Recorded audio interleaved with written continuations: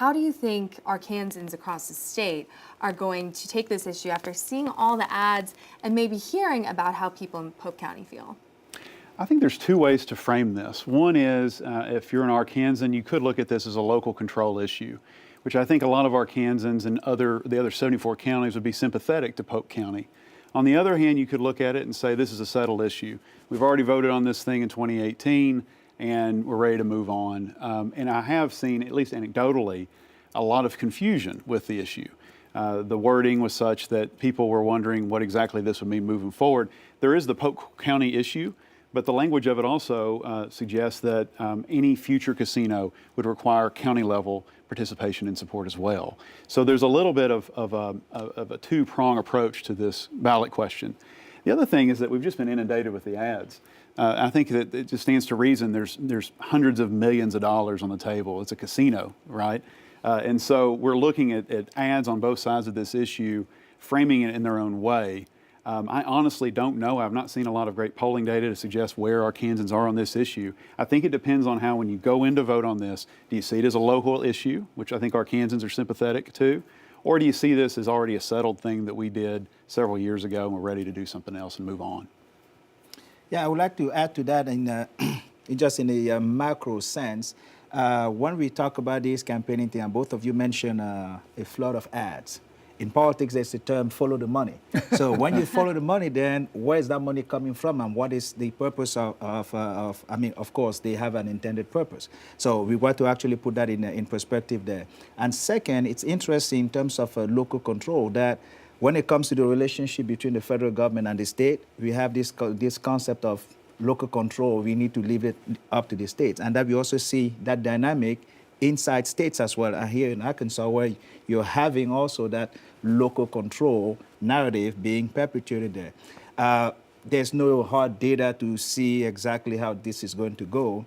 But if I could also point to that democratic element of it in terms of at the state level, how people are able to get issues or on the ballot.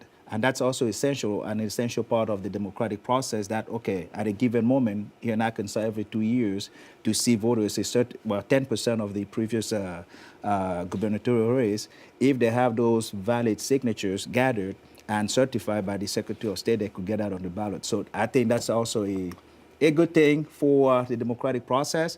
But again, we must also guard against maybe powerful dark money somewhere there trying to actually, I hate to use the term manipulate voters into getting some things that could actually be against their own interests. But see, that's interesting because you bring up the point about the confusion part of this. Yeah. There was a lot of money spent to make it confusing.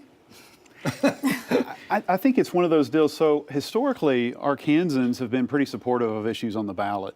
And this has been one of the ways that Arkansans express themselves, sometimes apart from party. So this isn't really a Republican or a Democratic issue. In fact, most of our elected officials have stayed pretty quiet on this question. There were other issues where we did see some PACs that are affiliated with some of our state leaders come out in favor or against something. But in this case, they've been pretty quiet. And I think part of it is no one's too sure where Arkansans side on it. And if you're looking at the ballot question, it's almost a negative. It's voting yes is almost effectively voting no on something from 2018, or at least a significant amendment to that. And so that's where I think you have the ad wars, where you have these campaigns saying one's good for jobs and revenue, the other one takes away local control. We're throwing a lot of noise at Arkansas voters, in addition to a presidential election year where, I don't know about you, I couldn't go to a football game without, on TV without maybe 20 different ads, and we're not even a battleground state. Yeah. So this one, I think, took a lot of that oxygen of the campaign ads. I don't think in frequency, I didn't see numbers, but I would be hard-pressed to imagine any other issue in Arkansas, including the presidential race, getting more ad time, more ad buys than this casino issue on both sides. And that's because of the money element in this. What a casino is going to, could do in Pope County, along with the other three that are in Arkansas right now. Yes, and it brings a lot of revenue, a lot of tax dollars to Pope County. We saw Governor Sanders come out and say that she voted against issue 2. We also saw the Pope County judge say that he wants that casino built in the county. So we've also seen even some some money from outside of the state of Arkansas, some casino stakeholders in Oklahoma getting involved in this issue. So it's just a very money-heavy issue that we're seeing. Yeah, Arkansas voters are dealing with this question, getting thrown a lot of different messaging. And to your point, one of the lead opponents of a Pope County casino is another casino franchise, if you will, in Oklahoma that would prefer that we drive across the border to play blackjack. So, Exactly, you know, yeah. this is one of those, this is probably one of the bigger question mark races or contests that we have in Arkansas. I think we're, I don't want to, polls are still open. I'm not going to dare say, you know, how things are going to pan out when people are still going, but we know this is a pretty strong Republican state. This is one of those issues that's sort of free of party affiliation.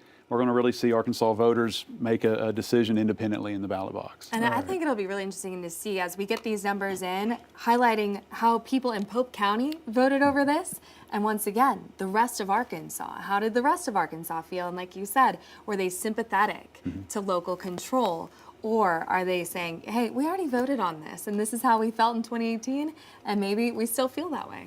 One other thing to look at too, and I know the two of us over here will be looking at this stuff for weeks, Williams and I both, but I'm curious to see what Jefferson County does, Garland County, so we've got Pine Bluff, Hot Springs, and then West Memphis all have the casino licenses. And so then you're looking at this fourth in question. I kind of want to see what those counties, they already have this gaming experience there, and so in some ways it's a referendum at those county levels to whether or not there's some remorse, buyer's remorse, if you will. But again, that's pure speculation. I don't mean to